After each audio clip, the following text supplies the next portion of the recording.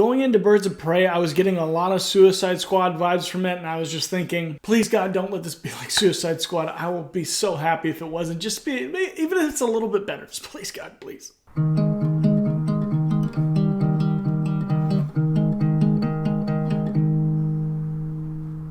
Birds of Prey stars Margot Robbie as Harley Quinn, Joker's girlfriend, or ex-girlfriend now. Even Margot Robbie didn't like Jared Leto's interpretation of the Joker. That is a serious feat. Leaving Suicide Squad, more people left the movie liking Margot Robbie than they did Jared Leto's interpretation of the Joker. That's just insane. And as I previously mentioned, this movie is about Harley Quinn, who recently just broke up with the Joker, and then she is teaming up with characters like the Huntress, Black Canary, and Renee Montoya. My name is Inigo Montoya. You killed my father. Prepare to die. And they're all teaming up against a crime lord played by Ewan McGregor, Black Mask, who is hunting down this young girl who stole something from him. I found a lot of enjoyment out of this movie. I'm a big fan of DC Comics and especially all the Batman properties. I just really have a lot of great memories watching the Batman animated series, and I just think that it is probably the richest property of any comic that there ever has been. Batman comics are amazing, so anytime we find ourselves in Gotham, I just pretty much love it. Unfortunately, there have been a lot of letdowns in the recent past with like Suicide Squad and Batman vs. Superman and Justice League. There's just been a lot of missed opportunities, but I'll say Birds of Prey is actually another good step in the right direction. This movie was definitely carried by a few performances, especially Margot Robbie's. She did the best job playing Harley Quinn, and I really enjoyed this interpretation of the character. She did a good job in Suicide Squad, but that movie was a dumpster fire. But I really enjoyed her in Birds of Prey. She does a great job with the certain mannerisms of this character, the way that she has her accent in this movie, saying all of her lines, and then also all of her gags when she's fighting, like her big hammer, her baseball bat, and especially that kind of like grenade launcher rifle she's shooting when she's fighting in the police department. That was one of my favorite scenes actually in all the DCEU. I thought it was choreographed greatly. It didn't like have a bunch of CGI going on inside of it, which isn't a bad thing in a superhero movie, but I just loved how wide the shots were. It's not quite on the level of John Wick, but it definitely did not shy away from showing the choreography, and I really enjoyed that. I really look forward to seeing her character again. I hope that they do make probably a more focused movie on Harley Quinn, maybe with some other characters in it as well, but just a little bit more focused on her. Other standouts were definitely Ewan McGregor playing Black Mask. He is just this eccentric narcissist, crime boss, and he does a great job in this film as well. He has this very comic booky way, very campy way of delivering his character to us, and there are also some very sick, twisted, sinister things behind him, and I thought a lot of them did great things for the movie. This movie is rated R. It's like the first DCEU film to be rated R. I know Joker came out. That's not part of the DCEU. That's its own thing. But I thought that all the rated R kind of flashes that they have in it, they have a lot of F words, and then we also have the violence. I actually thought that they went well in the movie. I thought that it didn't seem like they stood out. A lot of times if some movie kind of has a PG-13 story and it has those things thrown in it, it just doesn't feel like it mixes. But I thought the violence actually went together well, and I think Gotham kind of lends itself to more rated R tones. Dark Knight is a perfect example of that. It's a very hard PG-13 movie, but I really enjoyed that they made this movie rated R. I thought that it fit well, and I hope that they do it more often. Another standout in the movie was Jurnee Smollett-Bell. She's the sister of Jussie Smollett, the guy who did the fake hate crimes, so that's kind of funny that they're related, but I thought that she actually did a really good job in this movie. She probably has the most screen time behind Ewan McGregor and Margot Robbie. I thought she did a good job, and I enjoyed most of the things with her character as well. I thought that she was most believable when she was delivering her lines behind our first two that I spoke of, but I thought that it was a good portrayal of her. I would have enjoyed the movie a lot more if it had just been Margot Robbie and Black Canary against Ewan McGregor, but we also have the other characters, which I wasn't as fond of. The others being Huntress, Renee Montoya, and then the girl who's being tracked down by Black Mask.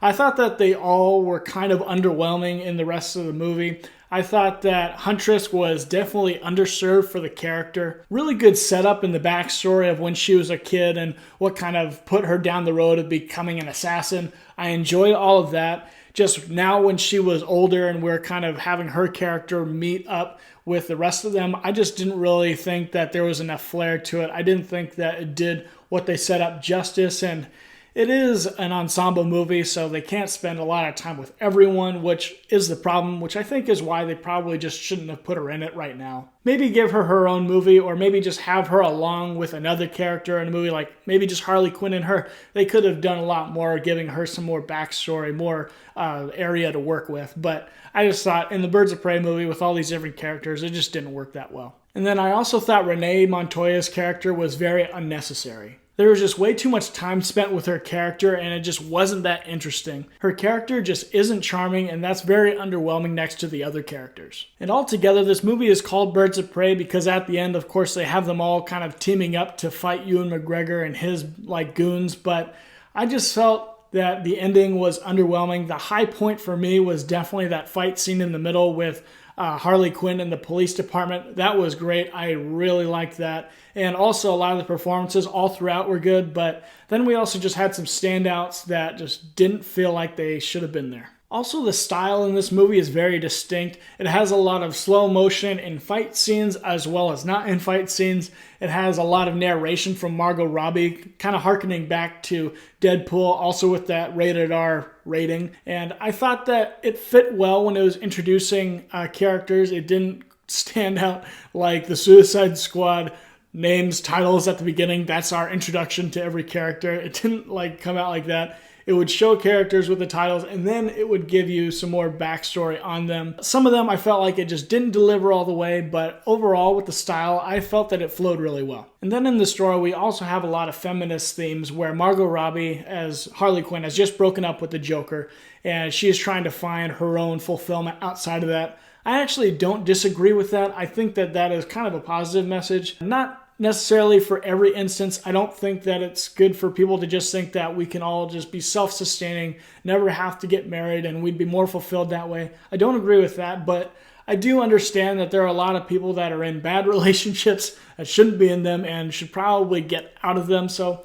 I think that's pretty positive. And then with all of our other side characters, we also have their backstories kind of being wrapped up inside of feminist talking points. That wasn't that enjoyable. We also have Ewan McGregor and Mr. Zsasz, which I thought was a little bit underutilized in the movie. Very interesting character, but these two guys are kind of like the main dudes, and they're just very negative. You know, they're bad guys. I'm fine with that. I'm fine with them being horrible people, but they're kind of like the only dudes in the movie. There's also some guys in the police department, and they're all just portrayed as assholes. They're not good people, and they're just, misogynistic, blah, blah, blah, blah, blah, blah. And it's very deliberate in how they're putting these people together. The guys are bad, the girls are good. This is how we're separating it. And I just felt it was a little bit too deliberate. There are enough redeemable things outside of that I enjoy. It's not quite as far as Captain Marvel. Captain Marvel is just way too over the top. We have an unlikable, rude, bratty girl who is not likable, not charismatic at all, who's going to be eventually taking over the MCU, or at least that's what they're telling us.